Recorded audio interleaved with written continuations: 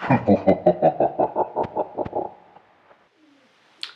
I'm E.D. Lewis, and welcome back to my channel. And as you can see, the Willy Whacker's back. I'm wearing the ring again, so we're back in proper Dark Shadows form.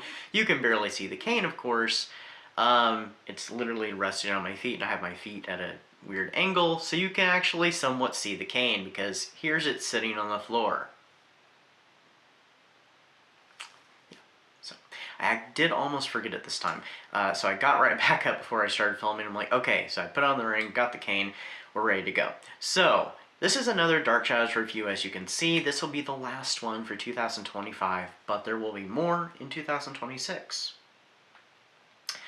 Yeah, so I don't know if I did actually get more Dark Shadows content out this year as planned, but there will definitely be some more. I don't know more than this year next year, but there will be more coming.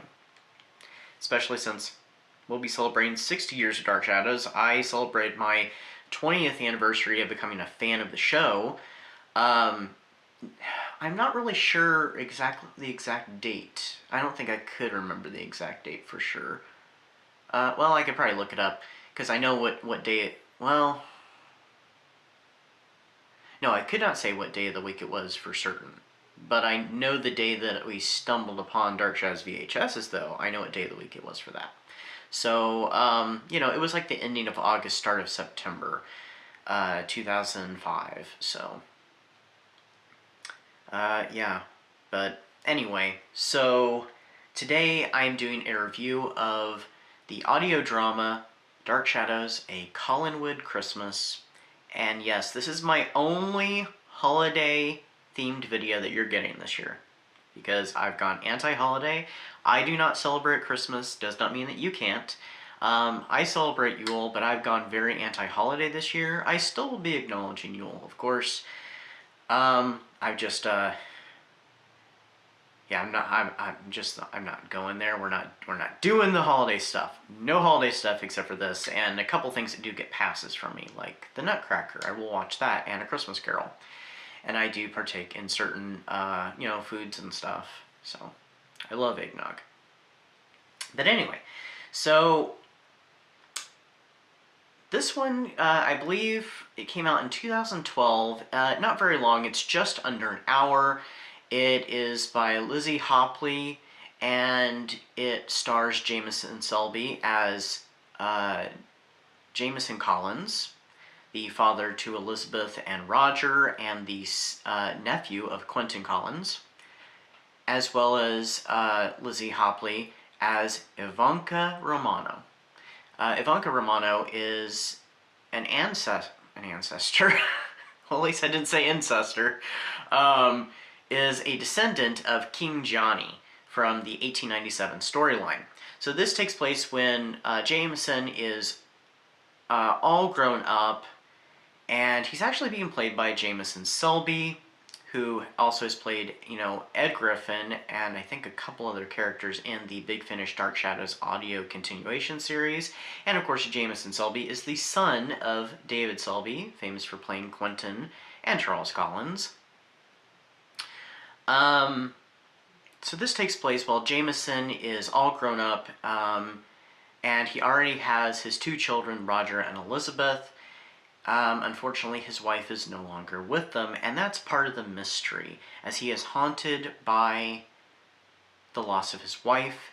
He does not have Christmas. They refer to it as a dead Christmas every year. He's basically forbidden Christmas, and he's become rather miserly, not paying his employees, and, you know, keeping very much to himself. The butler up and quits because he's had enough of Jameson and his trauma and stuff, and, you know, his ways. So it is up to Ivanka Romano, who is residing at the old house, to save the day. So she brings over her powders and subjects Jameson to a bit of ghosts of the past, present, and a vision of the future that she is determined to prevent. So it's very much like Dark Shadows' take on A Christmas Carol. Or at least it starts out that way. Then it kind of takes a weird turn. I thought it was really interesting that we have a Romani back at the old house again, and apparently met this character before. And I kind of wish that I had reviewed the audio in which we meet this character already, but I have not, and that is in The Crimson Pearl. Ivanka Romano shows up there briefly. I completely forgot about her until they make a direct reference to The Crimson Pearl. I'm like, oh, wait a minute, that's right, she is in there. I thought this was a character we never met. So I was like, okay, that's cool. It was nice to see Jameson all grown up. And I will say, the mystery with his wife, I kind of started to think, uh-oh, is this another Daniel and Harriet situation from 1840? If you know what I'm talking about, you know what happened with Harriet and Daniel Collins. I'm not going to spoil either thing. The story took an interesting turn, though. It also makes references to another Dark Shadows audio, which I have not listened to, but I do have, and it concerns Edith Collins. So this also had some nice little surprises and a lot of little references, especially to 1897, and we got some cameos. We got, I'm not going to tell everybody who makes a cameo, but we do get a cameo from David Selby, and we get a cameo from Christopher Pennock, and a few other Dark Shadows stars. So I thought that was rather nice. At first, though, I was a little disappointed with this one. And I kind of was thinking the day I was listening to it, because I actually listened to it twice, and I'm glad I listened to it twice. I was thinking, uh-oh, the last two Dark Shadows reviews of this year are not going to be very positive, because we've got Curse of Dark Shadows, which was my last Dark Shadows review, which was just a couple weeks ago, and we're getting this one. Luckily, I decided to listen to it later that evening again, and I thought more positively of it. I still think it's not one of their strongest for sure, but it is a nice little short holiday one. I know they didn't celebrate any holidays in Dark Shadows. They did make references to birthdays, and there was that whole dream sequence with David's birthday during the 1897, which I think that's all it was. It was just a dream sequence. I don't think it was happening because, well, the characters did not act like, the present-day characters did not act like their true selves. So I think it was a dream that not only Jameson Collins was having, but I think David Collins was also having the same dream. At least that's my theory, anyway. Yeah, this one had some issues, but it was interesting. I loved the cameos, like I said. That was a great touch. And I liked learning a little bit about Roger and Elizabeth's childhood, because we didn't learn much from the TV show, very little. We know that Elizabeth adored her father. And I liked that there's a Romani back at Collinwood. It really makes me wonder how long she lived there, and also who put Josette's portrait back up in the drawing room at the old house. Because in 1897, which is the storyline I'm currently on my ongoing rewatch of the show. I haven't watched it for a couple weeks, though. When Barnabas goes back to 1897, he takes up residence in the old house with Magda and Sandor. He moves Josette's portrait from the drawing room to Josette's room, and there it remains through the end of 1897. So I'm like, who put it back downstairs? Because it's back downstairs during this one. So, yeah, leads me to some questions. And also, with how things end up, where does that take the characters next? I don't think there's another story that involves either one of these characters after this point. Like I said, I wish I had reviewed The Crimson Pearl already, which I do plan on re-listening to it. Maybe for 2026. We'll see. You know, it is an anniversary special, and that would be very pertinent. The last anniversary special, I don't want to review for quite a while, because there's a bunch of other things I want to review before I get there. Because you kind of have to have the knowledge of certain other ones before you can get into it. And of course, there's another one that kind of works in tandem with this one that I have not listened to that I have, that takes place in the 1800s.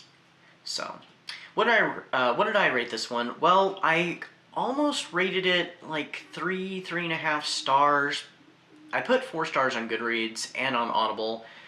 I'm gonna stick with 4 stars.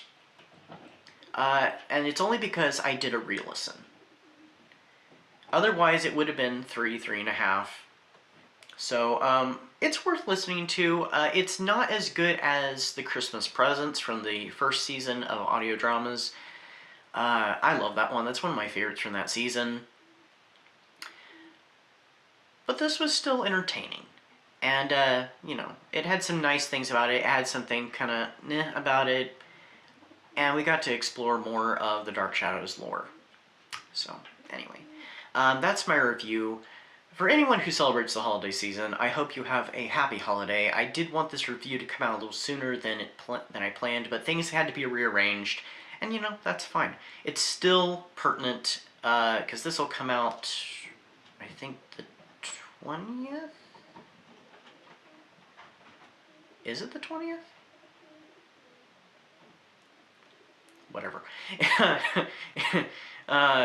I think it's the 20th. Anyway, to anybody who celebrates the holiday season, I wish you happy holidays, happy Kwanzaa, blessed Yuletide, happy solstice, happy Hanukkah, all the holidays, and all the ones that I don't know the names of. Yeah, I hope everybody's having a safe time out there, and I will be back with my almost said my review, with my anniversary video, which will be coming out on my BookTube anniversary this year. And that'll be a little bit of housekeeping, some updates, a little bit of planning, and of course, my usual thank you to each and every one of you. So yeah, I still have some recording to do, but I'll get that done over these next couple days, because this is literally, when you're seeing this, I'm filming this last weekend. So anyway, stay safe, stay spooky, and I'll see you then. Bye-bye.